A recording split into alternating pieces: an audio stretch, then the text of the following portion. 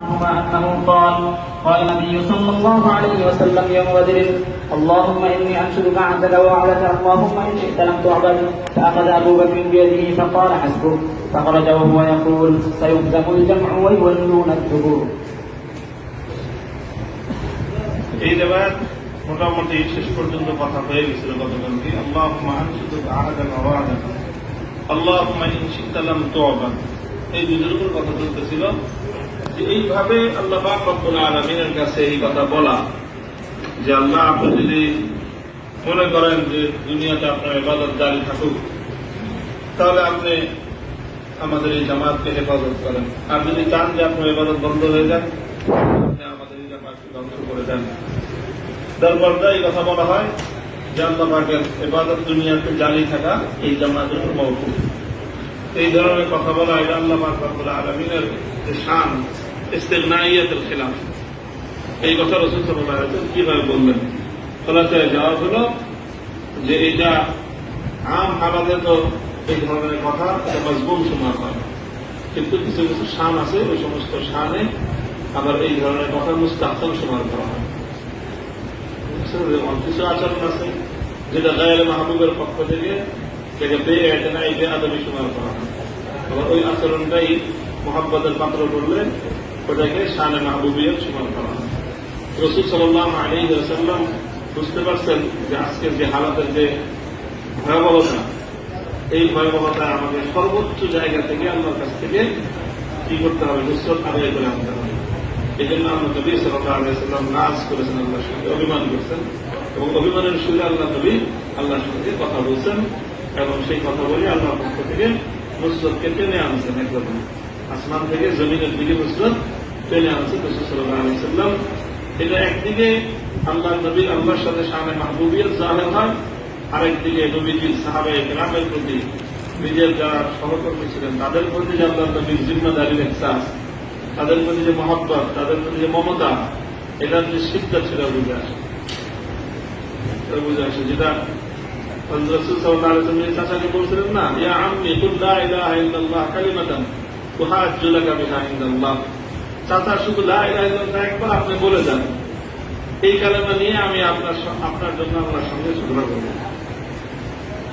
আপনি খালি বলে যান তুহাজ্জু লাকা বিহা ইনদাল্লাহ, আমি এই কালেমা নিয়ে আপনার পক্ষে আপনার সাথে ঝগড়া করে আপনাকে নাজাত করায় দিব। ওই কথাটা এটাই ছিল। আল্লাহ নবী আল্লাহর সঙ্গে মানে নাচ করে বসবেন, ঠিক আছে আমার চাচার যদি না আসলে আমিও জান্নাতে যাব না, এরকম একটা কিছু বলে বসবেন। আল্লাহ রাসূলের এরকমই ছিল কি মানসিকতা বা এরকম মনোভাব, কিন্তু আশা ছিল তো হয় নাই।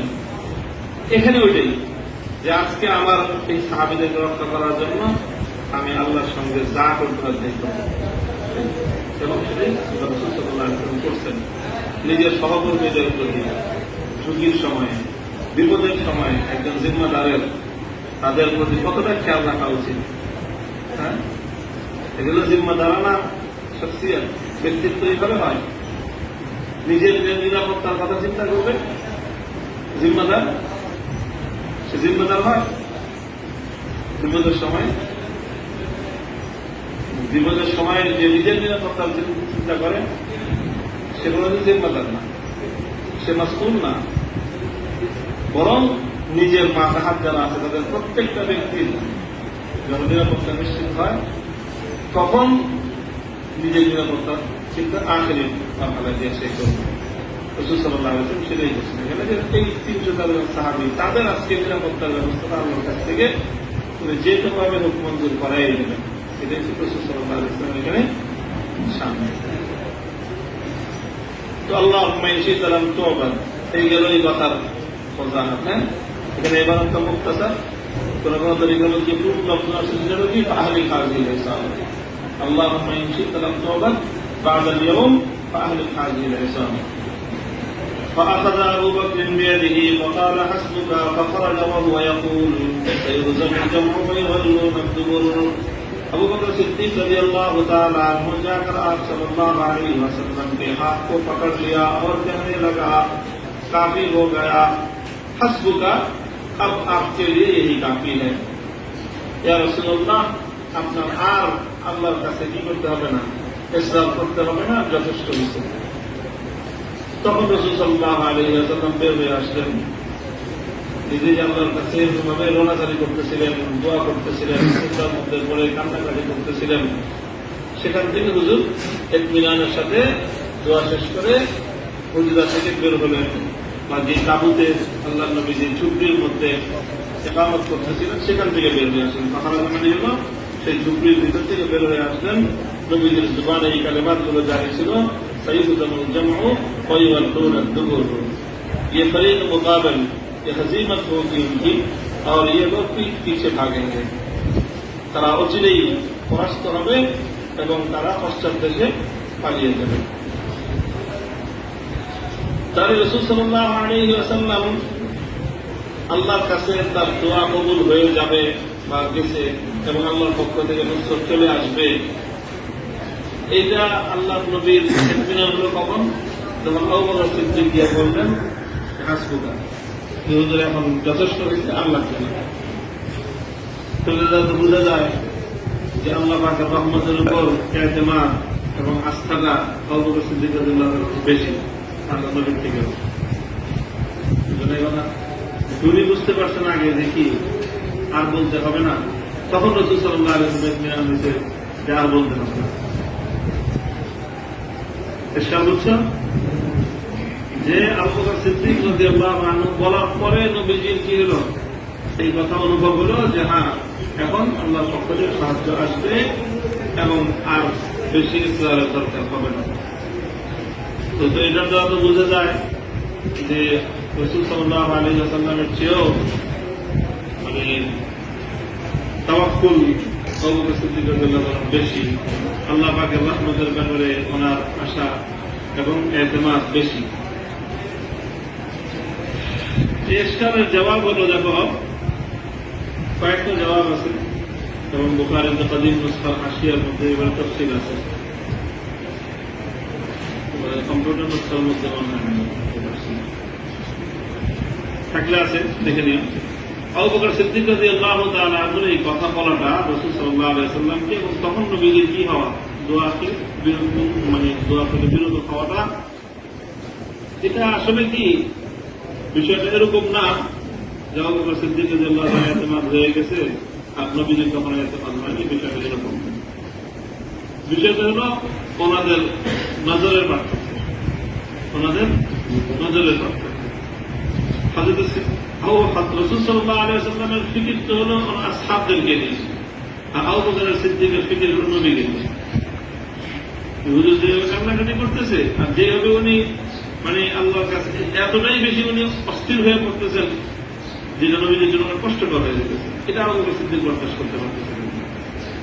বুঝতে কথা যেটা হয় সাধারণত, বাবা অসুস্থ, অসুস্থ এত মুমূর্ষ অবস্থায় তিনি তার সন্তানদের জন্য নানা রকম বলতেছে যে এটা করো ওইটা করো, তোমাদেরকে এটা দিলাম, এই করলাম সেই করলাম। আর বড় ছেলে বলে যে হয়েছে আর বলতে হবে না, আমরা বাকিটা বুঝে নেব। উনিও থামেন, আমি বলতেছে আর এ বলে যে আপনার থামেন, আপনি এগুলো চিন্তা করতে হবে না, আপনার সন্তান কি করবো সমাজ দিয়ে দিব।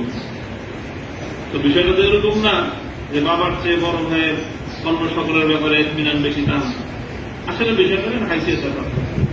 ওনার ফিকির হল সন্তানদেরকে নিয়ে, আর সন্তানের ফিকির হল বাবাকে নিয়ে। তো উনি এইভাবে যেভাবে অস্থিরতা করতেছেন, এতে ওনার কষ্ট হবে, হ্যাঁ, এতে ওনার হার্ট অ্যাটাক হতে পারে, ওনার স্ট্রোক হতে পারে, এই জন্য তাকে শান্ত করতে চায়। আর তিনি অন্যদের ফিকিরে এরকম করতে চান। এখানে মাসলাটা এরকমই যে রাসূল সাল্লাল্লাহু আলাইহি ওয়াসাল্লামের ফিকিরের মধ্যে সাহাবায়ে কেরামের নিরাপত্তার বিষয়টা এত গালেব ছিল যে আল্লাহ নবী সেটার জন্য ফাদ্দার দ্বারা ইসরার করতেছিলেন, আর এই ইসরারে আল্লাহ নবী অস্থির হয়ে পড়তেছিলেন। এই মঞ্জর সিদ্দিক আকবরের জন্য বরদাস্ত ছিল না। আল্লাহ নবী সাহাবাদেরকে নিয়ে আমাদেরকে নিয়ে এত পরেশান হবেন, এটা সিদ্দিক আকবর বরদাস্ত করতে পারছে। মাসালা হলো এইটা, এখানে আল্লাহ পাকের জাতের উপর তাওয়াক্কুলের মাসালা না, এখানে মাসালা হলো সিদ্দিক আকবরের মাসালা হলো রাসূল সাল্লাল্লাহু আলাইহি ওয়াসাল্লামের ইশক এবং মুহাব্বত, আর নবীর মাসলা হলো উম্মতের প্রতি জিম্মাদারির ইহসাস। বুঝাচ্ছে কথা? এর একটা জবাব, একটা তাওজীহ। দ্বিতীয় তাওজীহ হলো যে এখানে আসলে আলামুন নাস বিল্লাহ কে? রাসূল সাল্লাল্লাহু আলাইহি ওয়াসাল্লাম। এই জন্য হাদিসের সামনে আসবে কিতাবুল ঈমানের মধ্যে আনা আ'লামুকুম বিল্লাহ, আল্লাহ নবী কি বলছেন? আনা আ'লামুকুম বিল্লাহ, আল্লাহ সম্পর্কে পুরা কায়নাতের মধ্যে সবচেয়ে বেশি জানেন কে? আল্লাহ নবী। আল্লাহ পাক সম্পর্কে আল্লাহ নবী সবচেয়ে বেশি জানেন। কাজে নবীজি সবচেয়ে বেশি জানার কারণে আল্লাহ পাকের ওয়াদার উপরে যেরকম নবীদের আস্থা আছে, আবার আল্লাহ পাকের শানে ইস্তিগনাইয়াতের ব্যাপারে আল্লাহ পাকের নবীজির ইলম বেশি। আল্লাহ বলছেন করবেন, যদি আল্লাহ না করেন কি করবা? আল্লাহ বলছেন সাহায্য করবেন, করলেন কি করবা? আল্লাহ বলছেন ঠিক আছে আমি সাহায্য পাঠাইতেছি, পাঠাই দেন না, কি করবা? আল্লাহ পাক বলছেন ফেরেশতারা আসতেছে, আসতে থাকলো, আসার পর আল্লাহ ফেরেশতাদেরকে আবার বলেন ফিরে আয়, কি করবা? ইউনূস আলাইহিস সালামের কওমের উপর আল্লাহ পাক বলছেন আযাব পাঠাবো, আযাব পাঠাইছেন। ইউনূস আলাইহিস সালাম আযাব দেখে এলাকা ছেড়ে চলে গেছেন, আযাব আসছে, কওম তওবা করছে, আল্লাহ পাক আযাব উঠাই দিয়েছেন। ইউনূস আলাইহিস সালাম তো করছে এক আমি বললাম যে আযাব আসবে, আল্লাহর পক্ষ থেকে খবর দিলাম, আযাব আসলো, দেখলাম আযাব কি এই চলে গেছেন, আমি কি করবো? এলাকা থেকে চলে গেছে, মানুষকে মুখ দেখাবো কি করে? মানুষকে মুখ দেখাবো কি করে? আমি এদেরকে এতভাবে এত হুমকি টুমকি দিলাম যে আযাব আসছে, আযাব আইসা পড়ছে, এখন তোমরা কেউ বাঁচতে পারবে না, এখন তো আযাব চলে গেল, তাদের সব বেঁচে গেছে, এদের আমাকে কি বলবে, আমি এদেরকে কিভাবে মুখ দেখাবো, এদের মধ্যে কেমনে কাজ করবো, এই সমস্ত পেরেশানিতে উনি এলাকা ছেড়ে চলে গেলেন। বুঝেছে কথা? আসলে আল্লাহ পাকের একদিকে যেরকম আল্লাহ রহমতের জাত, আবার আরেকদিকে আল্লাহ পাক জাতে মুস্তাগনি।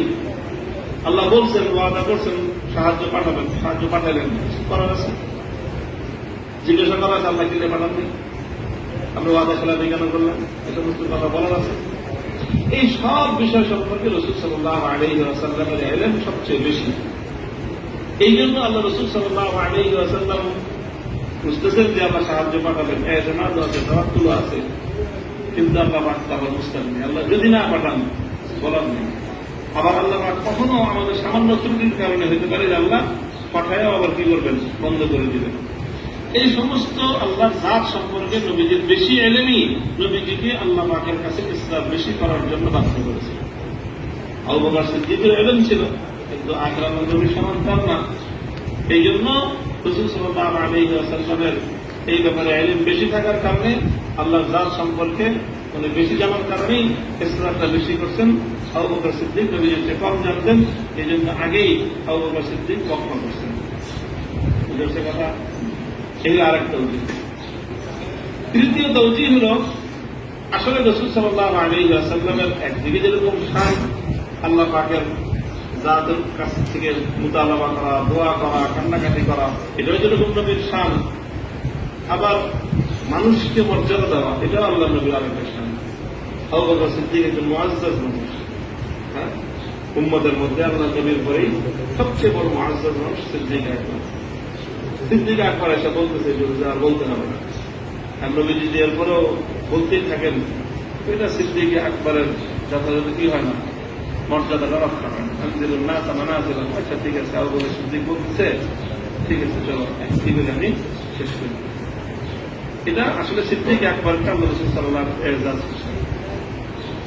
এটা নবীজির শান ছিল, নবীজির ফিতরত ছিল যে একটা কাজ যেটা উত্তম, কিন্তু আরেকজন এসে সিদ্দিক আকবর এসে ওমরে ফারুক এসে বলতে না করেন, হুজুর ওই সময়টা কাজটা করেন নাই, অথচ হুজুর যেটা করতেছিলেন সেটা উত্তম, আর উনি যেটা বলতে সেটা অনুত্তম। এখানে জাওয়াজ এবং আদমে জাওয়াজের মাসালা না, হয়তো আফজল এবং গায়র আফজলের মাসালা।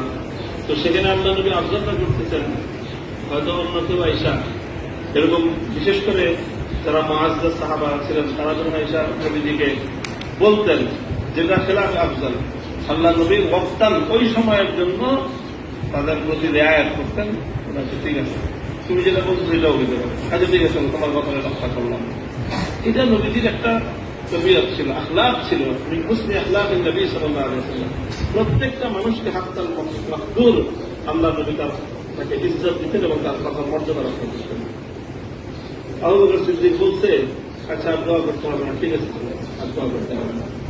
বুঝতে কথা মাসলাটা এখানে আল্লাহর জাতের উপর তাওয়াক্কুল এবং আদালত তাওয়াক্কুলের মাসলা না, এখানে আল্লাহ নবীর পক্ষ থেকে সিদ্দিক আকবরের এজাজ আছে। বুঝছো কথা? আখেরি জবাব হলো যে আসলে রাসূল সাল্লাল্লাহু আলাইহি ওয়াসাল্লামের তো আল্লাহ পাকের ওয়াদার উপর পরিপূর্ণ আস্থা ছিলই। হ্যাঁ, আস্থা তো আল্লাহ নবী সবচেয়ে বেশি, এবং তিনি জানতেন, আল্লাহ পাক জানাই দিয়েছেন যে সাহায্য আসবে এবং ইনশাআল্লাহ আপনাদের বিজয় হবে।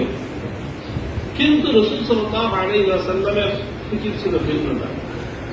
সেটা হলো যে সাহাবীদেরকে যে আমি এরকম করে একটা পরিস্থিতির সম্মুখীন করে দিলাম, হ্যাঁ আনসার ও মুহাজিরদেরকে, ওনারা যে এরকম একটা পরিস্থিতির সম্মুখীন হয়ে গেলেন না, ওনারা যুদ্ধের জন্য বেরিয়েছিলেন, হাতিয়ার নিয়ে বেরিয়েছিলেন, বের না হয়ে অনাকাঙ্ক্ষিত ভাবে এরকম একটা যুদ্ধের পরিস্থিতিতে পড়ে গেলেন।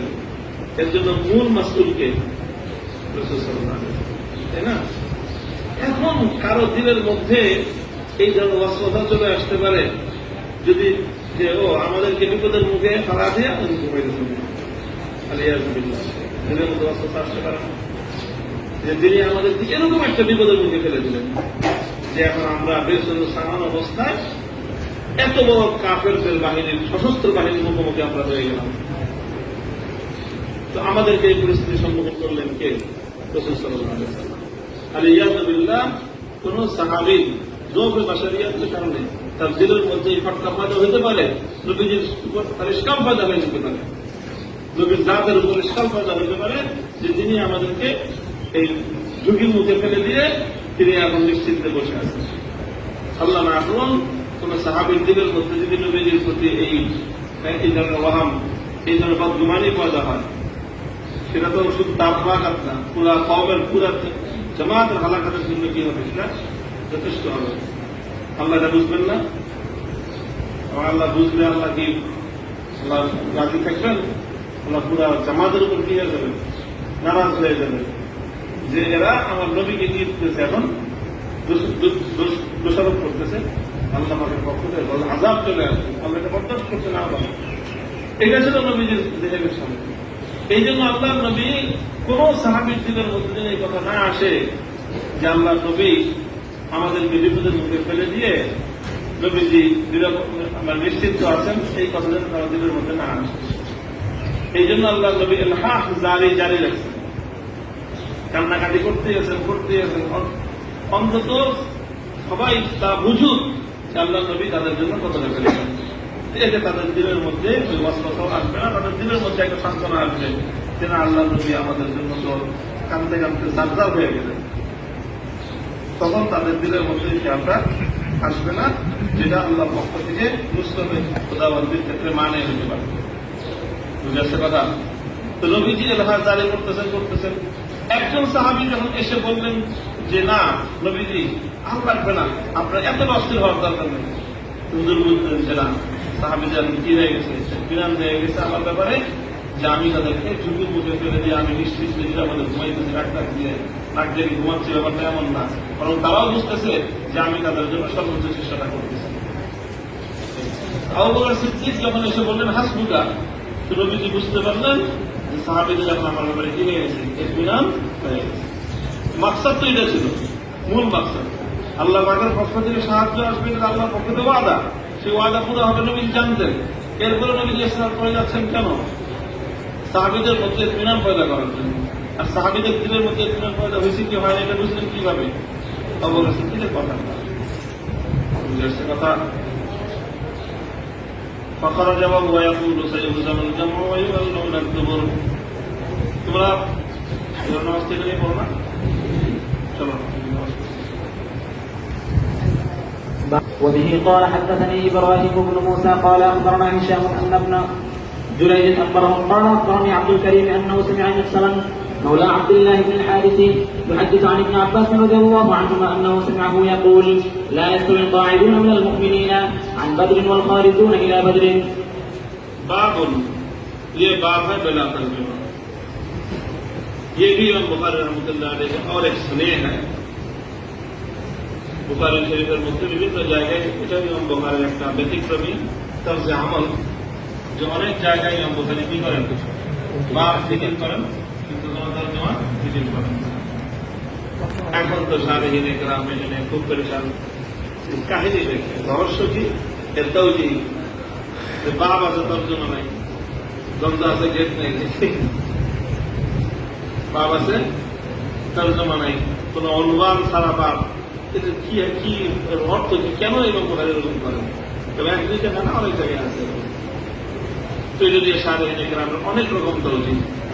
একটা তৌজি হল যে বাপ বেলা তর্জমা, আসলে এই বাপটা এইটা হলো মানে উসুলি কোনো বাপ না, এটা বাবুল ফিল বাপ, বাবুল ফি বাবিন, অর্থাৎ জিম্নি বাপ হয়, যেটা বাপের সাবেক থেকে বমানজিলায় ফসল হয়, বাপের সাবেক থেকে বমানজিলায় ফসল হয়। এই জন্য এরকম বেলা তর্জমা একটা বাপ উল্লেখ করেন। এটা আপনার মুস্তাকিল কোনো বাপ না। এবং এই বাপ বেলা তর্জমার মাথা হাতে যে হাদিস থাকে, সেই হাদিসটা মূলত পূর্বের বাপের সাথেই মুনাসিব হয়, মুনাসাবাত থাকে। মধ্যখান দিয়ে বাপ যেটা আবার একটা জিকির হয়, সেটা বেলা তর্জমা জিকির হয় না, বমানজিলায় ফসল। বুঝে কথা? যেমন এখানে আগের হাদিস, আগের বাপ ছিল কি, আল্লাহর পক্ষ থেকে বদরের দিন মুসলমানদের উপর নুসরত এবং সাহায্যের বর্ণনা, এবং সেই নুসরত এবং সাহায্যের বর্ণনার মধ্যে একটা বিষয় ছিল যে ফেরেশতাদের অংশগ্রহণ, ফেরেশতাদের অংশগ্রহণ।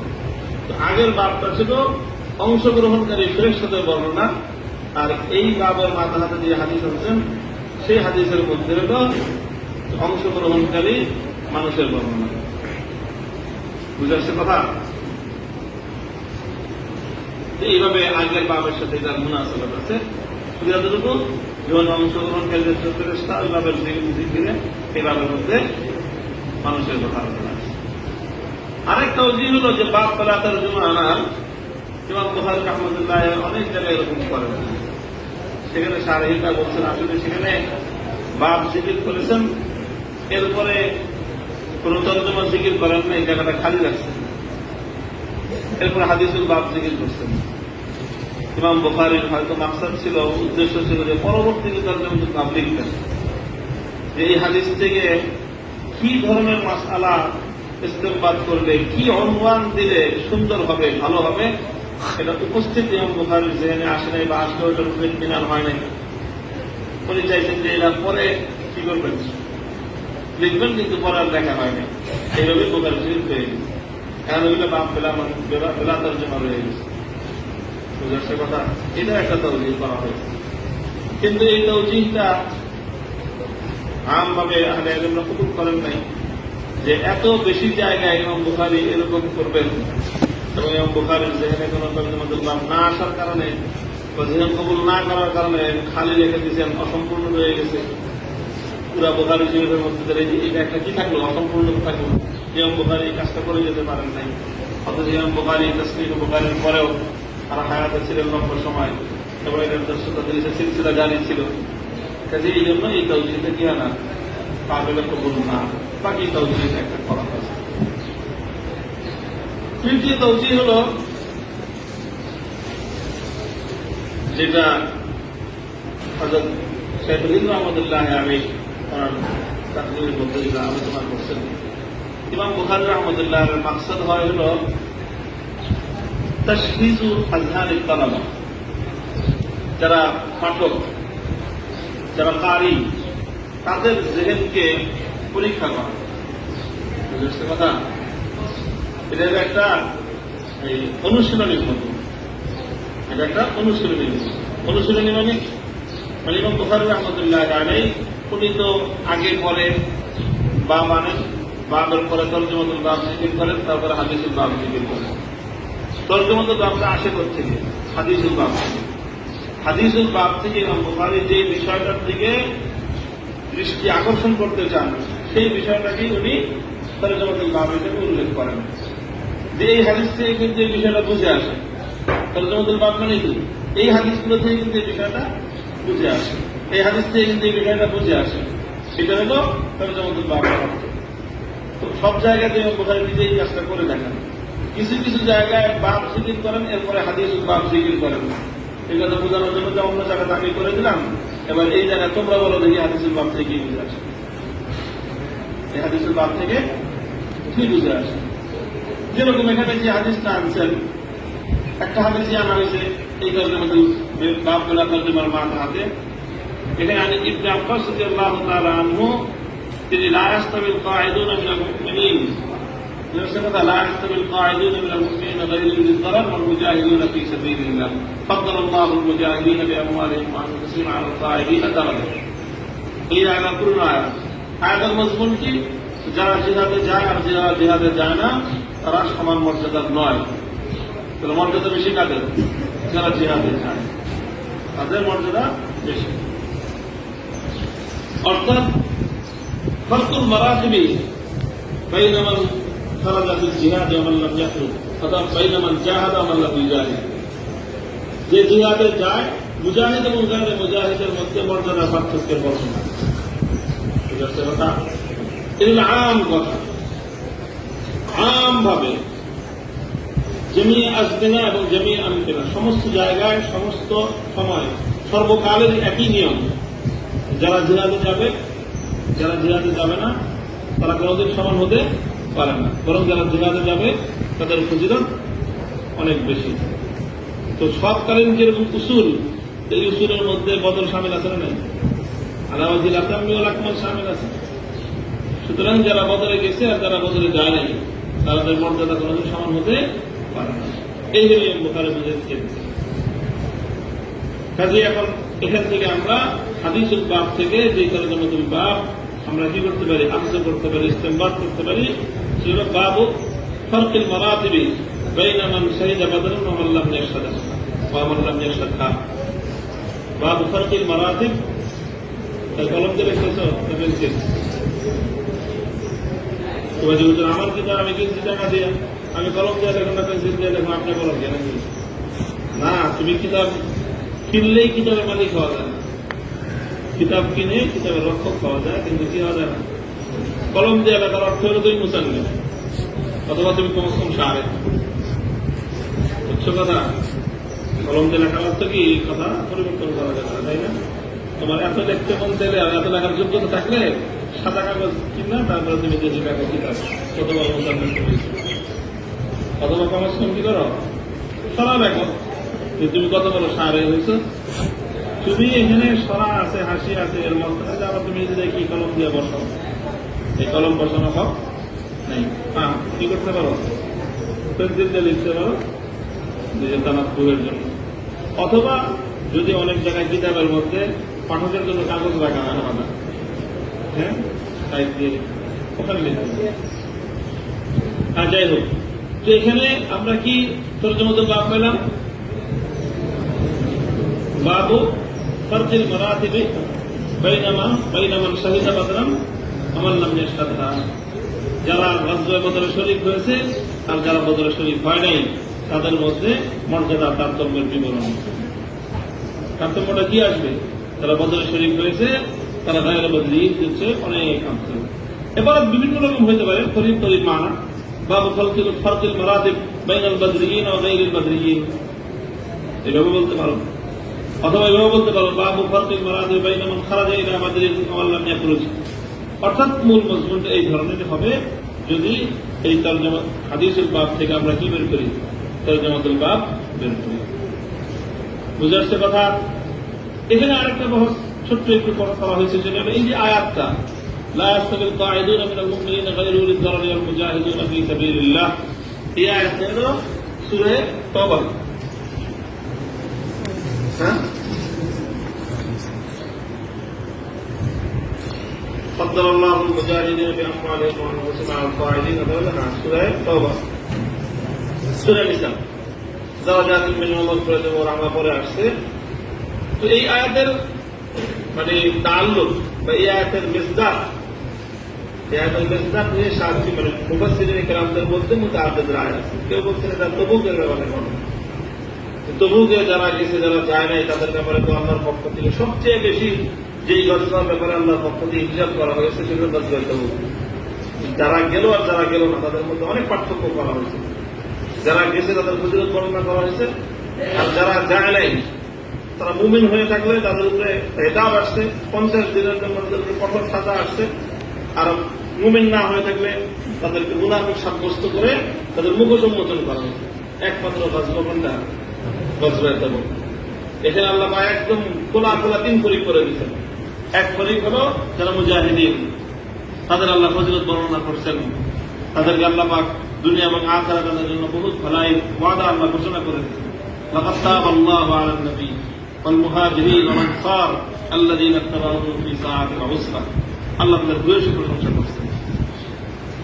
আচ্ছা, আরেক ফরিক হলো যারা যুআফা, মদিনাতেই ছিলেন কিন্তু তারা জিহাদে অংশগ্রহণ করতে না পারলেও তারা সশরীরে অংশগ্রহণ করতে পারে নাই, তাদের দিলটা ছিল অনেক সময় জিহাদে পড়া, তারা তাদের ওজনের কারণে যেতে পারেনি, অথবা আল্লাহ নবী তাদেরকে নেয়নি, নবীজি তাদেরকে জোর করে রেখে গেছে। এই পুরা সফরে তাদের দিল পড়েছিল কোথায়? জিহাদের ময়দানে তাদের দেহবন্দী ছিল মদিনায়।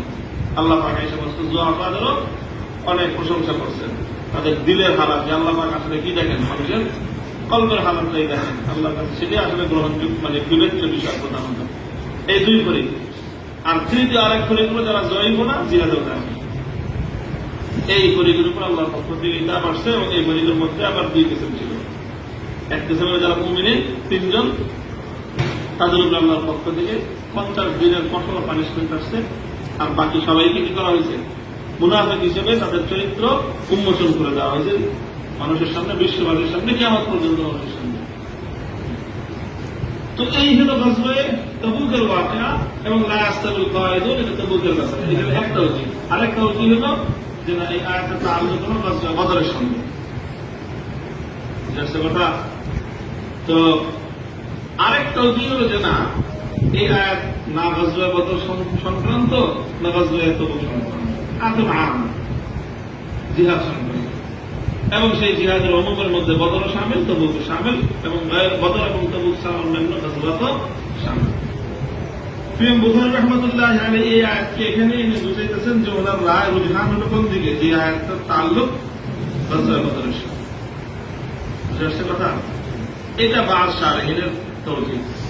আবার বাস শারহিনের তৌজিহ যে না, ইমাম বুখারী এই আয়াতকে বদরের এখানে আনার দ্বারায়, বদরের বাবের মাথাহাতে আনার দ্বারা এই কথা সাব্যস্ত হওয়ার মতো আইন না যে ইমাম বুখারীর রায় হলো এই আয়াতের তাল্লুক বদরের সাথে। বরং এটাও তো হতে পারে যে ইমাম বুখারী রাহমাতুল্লাহ আলাইহি এই আয়াতকে আম মনে করেন এবং ওই অমুমের মধ্যে বদরকে শামিল মনে করেন, এটাও হতে পারে। উচ্চ কথা। এবং এটি মানে বেশি মজবুত কথা যে ইমাম বুখারী বুঝাইতে চাইতেছেন যে আয়াতের মধ্যে অমুম আছে, আর সেই অমুমের আউয়ালিন মিসদাক হলো বদর। প্রথম মিসদাকটাই কি? কারণ প্রথম গজওয়া যেহেতু বদর, কাজে আয়াতের অমুমের প্রথম মিসদাক কি হবে? বদর হবে। এই জন্য এই কথাই বললেন যে লা ইয়াস্তাবিল কাঈদুনা মিনাল মুমিনিনা আন বদরিন ওয়াল খারিজুনা ইলা বদরিন। চলো আজকে তো কম হয়ে গেল।